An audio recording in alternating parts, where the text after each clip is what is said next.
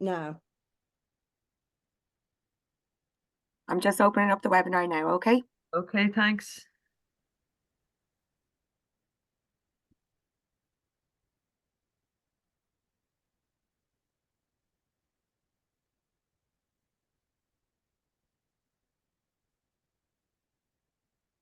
Good evening, everybody.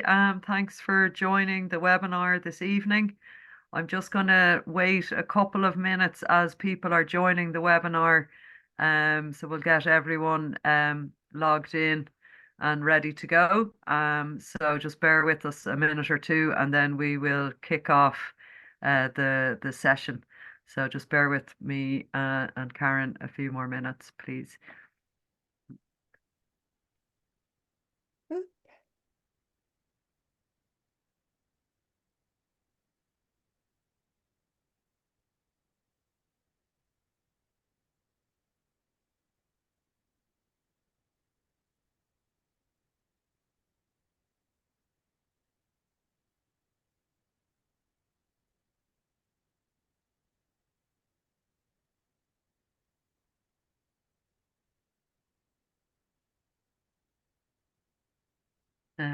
Okay, it looks like the numbers coming in Oh, that sounds good. have slowed down, so I think we can kick off. So first of all, I just wanted to welcome everyone to this evening's session, and I want to extend a warm welcome also to Karen Dubsky, who is our speaker for the webinar this evening. Just to give you a small amount of background, but I have to say I'm going to mostly let Karen fill us in on the details. But the talk tonight was, I suppose, initially was going to be about the nature restoration law, and then obviously with the various happenings politically during the week, there's been a kind of a change in status. So Karen's presentation title, as you can see now, is Nature Restoration with or without the EU Nature Restoration Law. So these are the things that are going to be explored in tonight's talk. So Karen has years of experience as a campaigner, activist, marine biologist, and also working on research projects at European level, sharing data. So I'm just seeing a message coming in on the audio. Is it hard to listen to the audio? Maybe Neve could help with that. Seems to be okay here. So the talk tonight, we're planning to have the presentation run for about 30 minutes or so, and then we'll open the floor to questions. And if you can enter any questions that you have into the Q&A box at the bottom of your Zoom screen, and then we'll do our best to answer those questions. And Karen is happy to take follow-up questions by email after the event. We're very much aware that I suppose this topic is very much live and moving, and it may be that at a later date it would make sense to have another presentation if there were specific aspects of this topic that you think would benefit from a closer scrutiny, shall we say. And we're very much happy to take on board suggestions from the members in both Water and Environment Society and the Southeast region. So I also did just want to extend our pass on Lawrence Lett's apologies. He was very much involved in putting the webinar together, but unfortunately can't make it along this evening. But again, he's happy to field any suggestions from members for webinars coming up before the end of the summer or into the next session in the autumn. So after that, without further ado, I'd like to hand over to Karen Dubsky, and thanks, Karen, for joining us this evening. Look forward to the talk. Thank you very much, Sheila, and thank you everyone so close to Easter that you're still able to join. Can I just say my apologies? I prepared this last week, and then things happened. And then I started adding videos and adding this, that, and the other, and my whole system crashed. And when I opened it again, I wasn't able to open it. So you're getting a very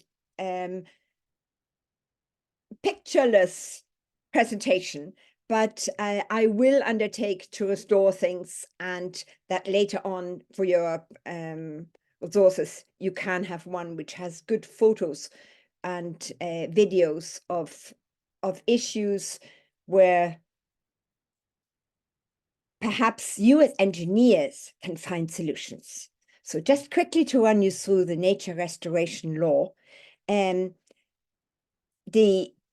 Today, I was going to summarize essential elements of a freshly hatched, legally binding EU nature restoration regulation. And I was so looking forward to that. But then at the final hurdle, it at least injured itself, because the formality, which was on March 25th, the environment ministers were to sign off on this long debated and refined nature restoration regulation. 6 member states indicated that they had real trouble with it, and it was taken off the agenda, and therefore it has not been passed yet. Now, behind the scenes, there are massive efforts to try and get it back onto the agenda and adopt it before June. And you may have seen Eamon Ryan speak out very strongly that this should happen. But we don't know this minute. So I'm going to go through this quickly with, on the one hand, saying this is what the restoration law had, but also if we don't get it, what other obligations, what obligations in that line do we have anyway? Summary then is, first of all, in part 1, I was going to give you lots of photos of biodiversity loss. I'm just going to say this verbally now. Then we're going to look at the EU nature restoration law, then at the laws and commitments which are already in place. And then starting today, what can we do right now and what pitfalls to avoid? So biodiversity loss has been massive. Even think of your own lifetime. Think of the amount of wetlands in particular, which we have lost through drainage, through peat extraction, through infill. Think of how many of our coastal landfill sites are placed on the most valuable carbon stores like intertidal mudflats and salt marshes. So we have had ongoing creeping loss with a few big things. It was obvious that this can't continue. As the habitats have been lost and damaged, so have species. And we have an ongoing reduction, so that now at this stage, it is really critical. I will now look at, what has happened here? 2 seconds. The objectives of the nature restoration law is to contribute to the continuous long-term and sustained recovery of the biodiverse and resilient nature across the EU seas and land, and to restore ecosystems, and also to establish a framework within which member states shall put in place effective and area-based restoration measures, which together shall cover by 2030 at least 20% of the Union's land and sea, and by 2050 all ecosystems in need of restoration. So something which we need to do anyway for our Earth, for our children, for our grandchildren. The nature restoration law was going to be a regulation, a must do, whether we are slightly slow at transposing or not. And that is because it is so urgent, because we have lost so much, because we have to turn things around. And there's an interplay between the climate and the biodiversity crisis. And in the case of Ireland, we called both a crisis since 2019, but it was a crisis long before that. The implementation then is that a key element of it is all EU countries should draw up and submit national restoration plans, and they have to submit those within 2 years of the regulation coming into force. The national plans have to demonstrate how they will deliver. For example, you'd have mapped areas of what you're going to restore by when. And the member states will also be required to monitor and report on their progress. So that's the obligation on the member states. And then the European Environmental Agency will draw up the progress reports and see how we're getting on, how we're going towards targets. And the Commission in turn will report to the European Parliament and the Council on the implementation of the nature restoration regulation. So that is really like the overview of it. The nature restoration law content then has general provisions, it has restoration targets and obligations in Article 4 to 10. It has details on the national restoration plans in Articles 11 to 15, and then monitoring and reporting in Article 17, 18, and then some delegated powers and procedures, Articles 19 to 21, and then final provisions, Article 22 and 23. So the layout is sort of quite predictable for EU law. And then it has 7 annexes, which are really important. It lists habitat, species, and indicators associated with the specific articles which are above. There are targets which the nature restoration law contains, and these are in looking at particular habitats. So the first one really is targets which cover existing legislation. There's nothing new in there. That's for wetlands, forests, rivers, heaths, scrubs, dunes. And it's really targets which are to improve and re-establish biodiversity on a large scale, bring back species and populations which are threatened. Then there is one on pollinating insects, one on forest ecosystems, one specifically on urban ecosystems, agricultural ecosystems, marine, and river connectivity. In a way, engineers have something to do with all of them, but perhaps some of the ones which are of particular interest would be, or at least I will cover a little bit more, would be the marine ecosystems, the river connectivity, and the targets which are already in existing legislation.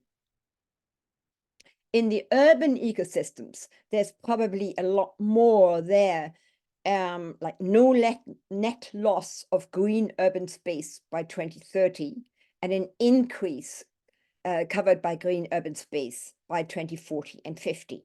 You know, that is a mix of planners and engineers. How do you do it? Sorry. Apologies, 1 second. Just to give you a flavor of what is in these articles. Article 4, for example, which is wetlands, forests, grasslands, rivers, lakes. It's to improve and re-establish biodiverse habitats on a large scale and bring back species populations by improving and enlarging their habitats. And the way it's done then in our national plans is to go back and say, what are we already asked to do under the Habitats Directive, under the Birds Directive, under the Water Framework Directive, and various other water laws, nitrates action plan, so that it's a win-win. It's not really an extra task. It's just pulling together some of the tasks which we already, and the goals which we already have under other law. Under Article 5, the marine ecosystems, it becomes a little bit more specific than existing law. And of particular interest to me, because I'm working on it, is seagrass beds as important carbon stores and particular importance for biodiversity. And also the sediments, our sea floors, to improve our sea floors. And that in turn is, you know, what kind of on the one, we always talk about what kind of fishing we are doing, but it also impacts on what dredging we are doing, where we dump, whether we infill. So it's interconnecting many different uses and activities in the marine environment. Regarding Article 7, here at the bottom of the slide, river connectivity, it's to remove artificial barriers that prevent the connectivity of surface waters. And there's an EU ambition so that at least 25,000 kilometers of rivers are restored to a free-flowing state by 2030. And there's a lot of work on this starting at the moment. But what if we have no EU nature restoration law? What if the hurdle which took the nature restoration law off the agenda on Monday can't be removed quickly enough? And what we are saying is that realistically, most of the things which are in that nature restoration law, we have already committed to anyway. And these are sort of, in a way, the background. The EU biodiversity strategy for 2030 outlined 3 key commitments on nature protection and 14 elements of EU nature restoration plan. The nature protection key commitments for 2030 are: first, legally protect a minimum of 30% of EU land area, 30% of EU marine area, and integrate ecological corridors as part of a true trans-European nature network. Secondly, strictly protect at least a third of EU's protected area. So that is 10, if you have 30% protected, 1/3, that's 10%, should be strictly protected. And that includes all remaining EU primary and old growth forests. And then thirdly, effectively manage all protected areas, defining clear conservation objectives and measures and monitoring them appropriately. And regarding this third point, it's probably worth mentioning that there was an EU court case against Ireland, a European court case, where the judgment came out last summer, which said that Ireland is not effectively managing all protected areas. Those are the areas which we have protected as special areas of conservation, and that we need urgently, because it's not just a goal, but it's now also a European court judgment against us, to go back and protect and manage these areas properly. And there is a huge potential, particularly local authority engineers, consultants, various bodies to work together and to protect these sites. And I'm working in the marine environment, and I can see such low-hanging fruit in that area, particularly now that we have MARA, that we have a marine agency, and that we have maritime spatial planning. So it's really that we need to get the last pieces over the line, that we get the finance for local authorities and the guidelines so that they can take over the 3 nautical miles inshore waters and manage those properly. So that would be things like our estuaries, that our estuaries would be, you might have a DMAP for managing estuaries between bordering local authorities, for example, the Waterford estuary. So Ireland, without Ireland's EU nature restoration law, where do we stand at the moment? So I just have to do one thing because I can't see properly. The legal obligations to achieve the nature restoration targets are with the EU member state. Participation in restoration measures is voluntary for landowners. This was addressing the key worry by farmers. Sorry, I moved forward too fast. That they would be made do things on their land which they might not be able to or may not wish to. And the Irish government has set out quite clearly that participation is voluntary. The national restoration, there will be a national nature restoration plan anyway. We are committed to that in our Biodiversity Action Plan, which is now legally binding for the first time. And that National Nature Restoration Plan will set national, regional, and sectoral targets. And at the moment, the Irish government is saying they're confident that the 2030 and 40 re-wetting targets set by the nature restoration law can be met entirely on state lands if farmers don't want it or other landowners. The EU Nature Restoration Plan, which is also already committed to, whether we get the nature restoration regulation or not, sets out 14 different commitments. And quite a number of these are agricultural land ones, so I won't go into detail on those. But again, see how they reflect on what the nature restoration regulation says. By 2030, significant areas of degraded and carbon-rich ecosystems are restored. Habitats and species show no deterioration, and at least 30% reach favorable conservation status, or at least show a positive trend. Now, that's slightly, it leaves room to maneuver. The decline in pollinators is reversed. The risk and use of chemical pesticides is reduced by 50%, and the use of more hazardous pesticides is reduced by 50%. At least 10% of agricultural area is under high diversity landscape features. At least 25% of agricultural land is under organic farm management. 3 billion new trees are planted in the EU. Significant progress has been made on remediation of contaminated soil sites. At least 1,000 kilometers of free-flowing rivers are restored. There are 50% reduction in the number of red list species threatened by invasive alien species. The losses of nutrients from fertilizers are reduced by 50%, resulting in the reduction of the use of fertilizers by at least 20%. Cities with at least 20,000 inhabitants have an ambitious urban greening plan. No chemical pesticides are used in sensitive areas, such as EU urban green areas.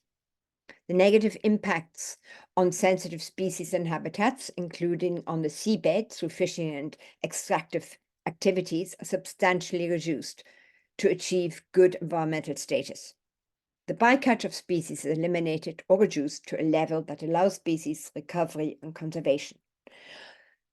In my reading as an environmental NGO rep, I would see it as the plan is, as one would say in the past in religion, it's the ambition, while the nature restoration regulation was tying things down in legislation, which is very, very important. Particularly if you are trying to compete for budget at the end of year and you're saying this must be done, that has a lot more clout than we committed to have this. Ireland's fourth National Biodiversity Action Plan, and I have the link there, was launched on January 25th. It committed to putting National Restoration Plan, putting a National Nature Restoration Plan in place by 2026. So on this occasion, Ireland is actually doing really well. It foresaw what the nature restoration law would do. It foresaw what the need was and is now moving really in the right direction. One key element, as you know, with everything is, have we got the funds for this? And there were some serious weaknesses in the nature restoration law when it was first proposed. And as it progressed through Parliament and ministers reacted, that definitely was addressed. And so now, as part of the nature restoration regulations, there is a commitment to the Commission to assess the level of funding required to implement and to conduct an overview of financial resources available. and then to come back to the Council of Ministers and say that, so that the new budget can foresee what is needed and can supply enough funds. The Irish government, in a way, is one ahead. The Irish government announced a 3.15 billion climate and nature fund as part of the budget 2024 to support the implementation of the nature restoration law. And the Climate and Action Fund is going to be open in 2026 when the National Restoration Plan, which we are committed to either way, is passed to support its implementation. The Citizens' Assembly on Biodiversity Loss highlighted that government had failed to adequately fund and implement and enforce its existing national legislation. So this, what we had a minute ago, this is what the Irish government then did in response to what the Biodiversity Citizens' Assembly said. Oops. And I am now, there should be, so I will stop my slideshow now. And just say a few words about what I think would be really, really valuable for us to do and for engineers to do. As you might know, I'm like a cuckoo egg in Trinity College in civil and structural environmental engineering. And I am in awe with the amount of ideas and capabilities which engineers have. And I sometimes feel all it needs is a tiny little push to realize how much good could be done and how much accidental damage is done when you're not aware how fragile and how valuable the environment is which you're in. So, for example, if there are dunes under a local authority and the coastal engineers are asked by the public to help protect them, then as engineers, quite often, the feeling is that you have to put something nice and hard against the dune to stop the sea, the waves, taking away that dune. But in the vast majority of cases, if you interfere in a natural soft dune system, put erosion control against one part, for example, you will create a domino effect, which gets amplified as more hard erosion control is put in place. And it will cause gullying and super scouring at the end of where your hard erosion control ends. And as a consequence, you'll be asked to put in more erosion control. And when that process is finished, it has cost an enormous amount of money and is very likely not to last. Ireland is littered with attempts of erosion control on dunes where the hard erosion control has been perceived as a hurdle maybe by the sea. And you can see the dune eroding further, but now with a rock or concrete front to it. So that's just one area where I think it might be really urgent to review things, because with climate change and the recent OPW very nice management review, we need to think differently. We need to be able to have the coast retreat, have managed retreat, have managed realignment, and put much more effort into that. They're also tiny things. So, for example, there are often quite competing expectations. On the one hand, we have Blue Flag Beach needs to be clean. How would you clean it? You might get a beach cleaning machine, which goes up and down and cleans everything.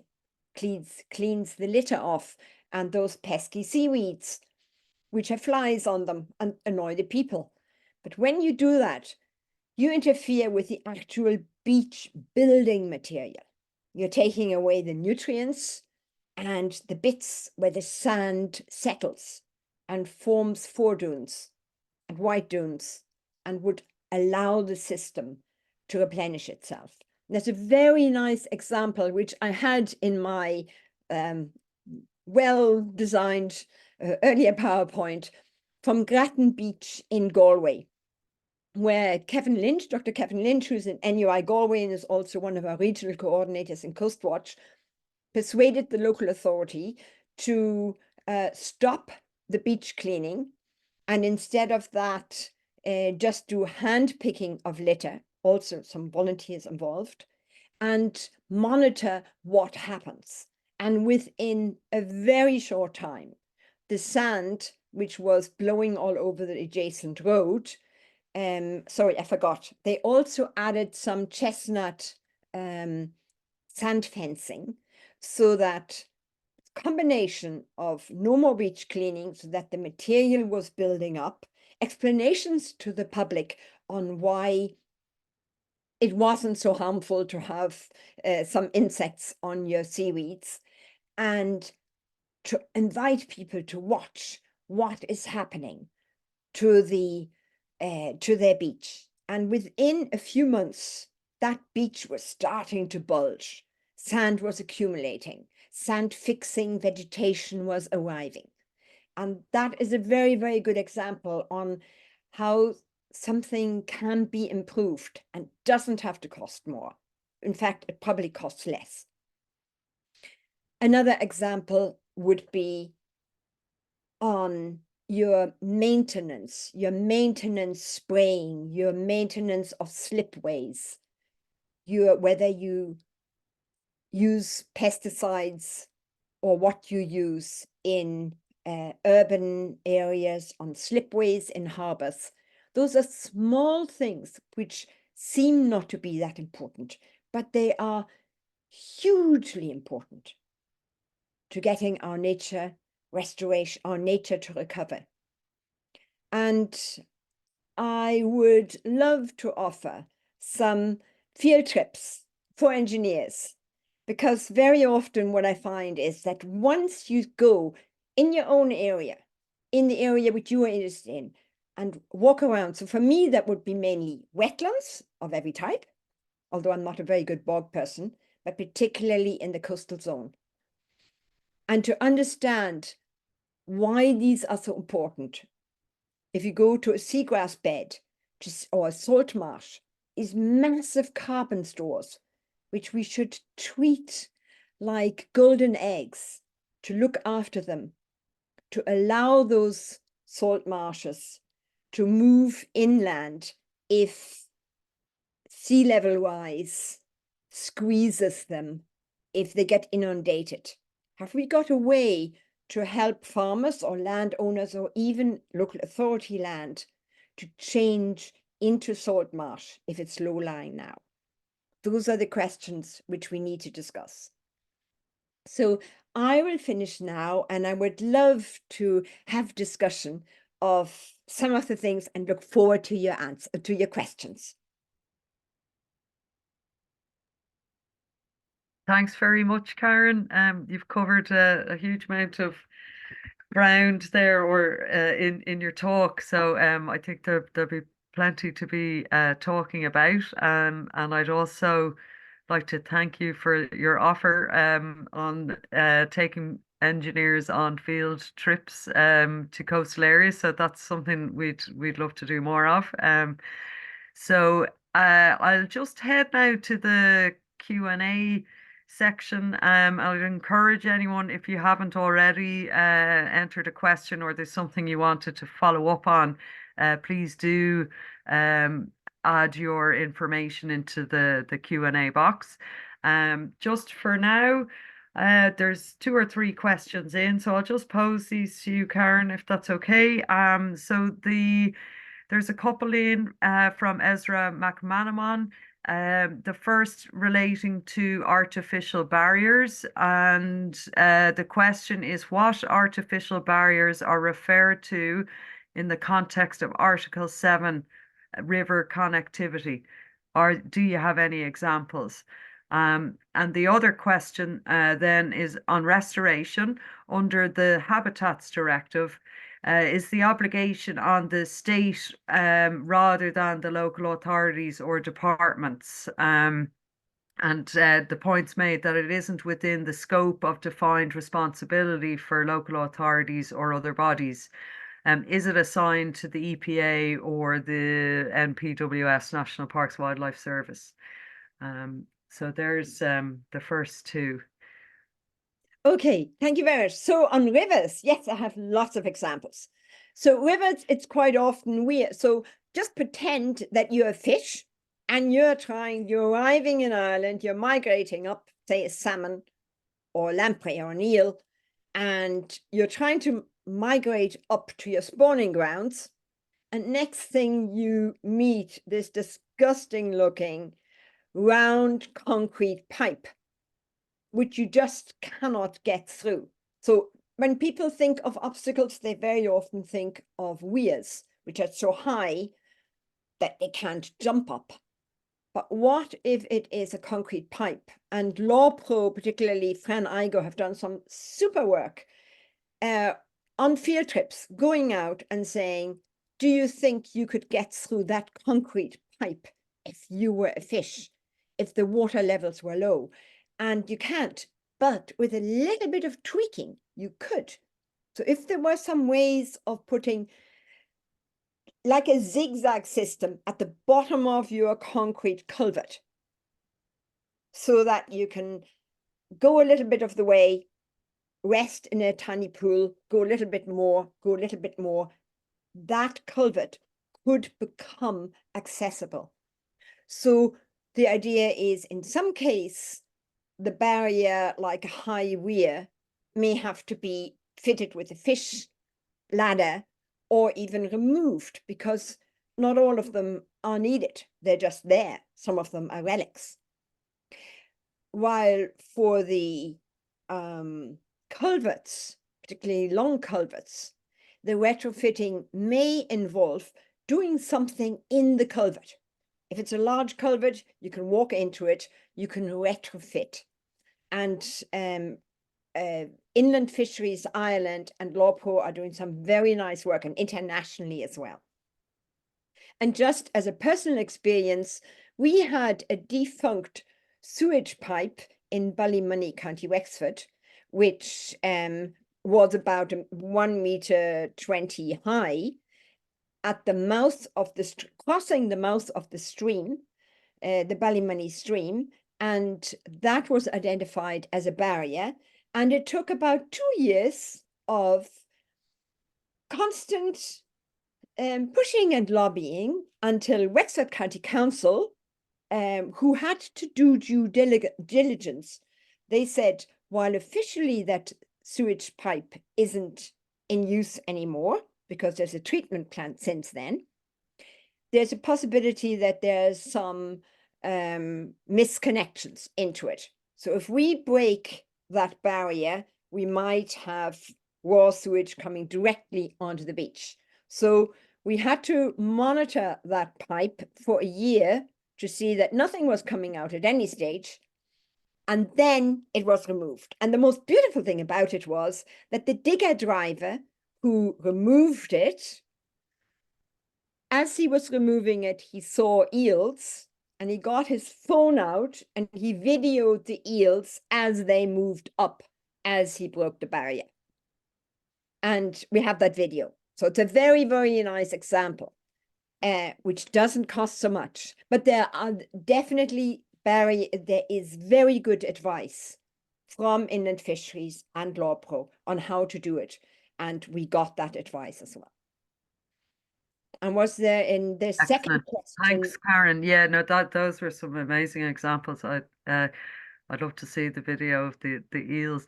The next part of the question, well, it's a different question. It was around the restoration under the Habitats Directive in terms of where the obligation lies, and the question is around whether that obligation lies with the state and not the local authorities and departments. But if that's the case, like, then who does it fall to, and is it the EPA or National Parks and Wildlife Service? The follow on, yeah, it's not currently So- defined within the scope of the local authority. Yeah, I think that is a key question. It is a question which we constantly come across. So maybe to look at it this way, two ways. While often the local authority doesn't have to, there isn't a law to say that the local authority doesn't have to. And particularly in the case of passive restoration. So if up to now you have been using a beach cleaning machine, or you have been spraying Roundup along various places, and you now decide to not do this, then you're doing something very wise, which is passive restoration. You're giving nature the chance to repair itself. So I would say that that is definitely an integral part of every local authority and should be reflected in the biodiversity action plans, which local authorities, most local authorities have. And if you're looking at, I think some local authorities are at the moment updating their biodiversity plans. And I think this idea of passive restoration is really, really important. In terms of active restoration, I think the Fingal Biodiversity Action Plan has some very nice examples of active restoration as well, and commitments, for example, for their dune restoration and their pollinators, their pollinator plan, which in turn is what they want to do to restore. So I think it is everybody's duty to restore, but different people, different bodies and people have different duties, but local authorities would have that definitely, one, under their biodiversity action plans. That's where you'd find them all nested together, huddled together in a nest. And then you would also see it under the obligations, for example, under the Water Framework Directive. You know, what are you going to do to make sure as a local authority that we can reach or the Nitrates Directive? Great, thanks, Karen. So the next question, do you see any weak areas within the national plan that have been covered by the European plan or by other EU member states?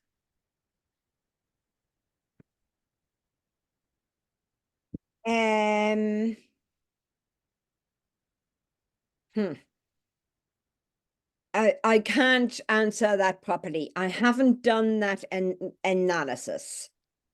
So I can't say. All I could say is in the marine area, which is where I work, we definitely have serious conflict between some of our aquaculture and fisheries policy and our biodiversity action plan and nature restoration ambitions. So, you know, say some of the most obvious would be our finfish aquaculture. We have a multi-annual fisheries plan or aquaculture, multi-annual strategic aquaculture plan. In it, we have lots of provision for fish farms and for that side, which is in contravention. And I think in some other countries, those conflicts, at least they are not as obvious. But definitely, even with EU policy, look at how ag policy was in conflict with biodiversity policy and how we're beginning to see that that changes. Farmers were not given single farm payments for the areas which were natural, say a pond or a little even a wet woodland, which is so important, farmers were rightfully really frustrated to say, we're not only are we not getting money out of it for farming, we're not even getting the single payments for it. And then in the last CAP plan, that was changed. So we're sort of slowly moving in the right direction. And I think the question is very good and would be well worth for somebody to do their master's thesis on a critical analysis of what are the strengths and weaknesses in different countries so that we might learn. I think that's a good answer, Karen. It's kind of identifying some gaps in our knowledge there, I suppose, and taking the time to do I suppose a full analysis would be a very useful piece of research. So maybe we'll see that being carried out. And I think we're now we're at the end of the questions. So I'll give it a minute if anyone has any additional questions they want to put in into the Q&A box. I just have one other. Yeah, you might want to come in again. Yeah. Yeah, sure. In response to the local authority, you know what the local authority can do. Local authorities have own land. And it would be wonderful to see local authorities really having that as demonstration sites of best practice of restoring biodiversity, so that citizens can come and see, you know, wherever that is possible. Sometimes local authority bought something, but they're not going to develop it in the short term. It's sitting there. It's right there where we can make a difference. Great. Thanks, Karen. So I don't see any more questions coming in. So I think it's time to, again, extend my thanks to Karen for taking us through the importance of the restoration law and also highlighting the good examples, I suppose, that are being carried out and the areas where there's really room to improve. And I think it's been very insightful. So I also would like to thank everyone for attending the webinar today. And I'd like to encourage you to contact us in the Water Environment Society or the Southeast Region, Lawrence Lett as well, if there is specific areas that you'd be interested in for a follow-up webinar in this area. And we would hope to come back to you at a later date about a possibility of a field trip, as Karen has kindly offered here. So we may well take you up on that one, Karen.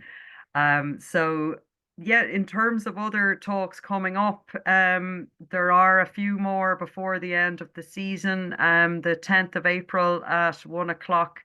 There's a talk on rainfall runoff, the Dutch experience. So there's two Dutch experts going to be talking to us about ways to handle and manage rainfall runoff in a naturally friendly way. So to be examples of nature-based solutions.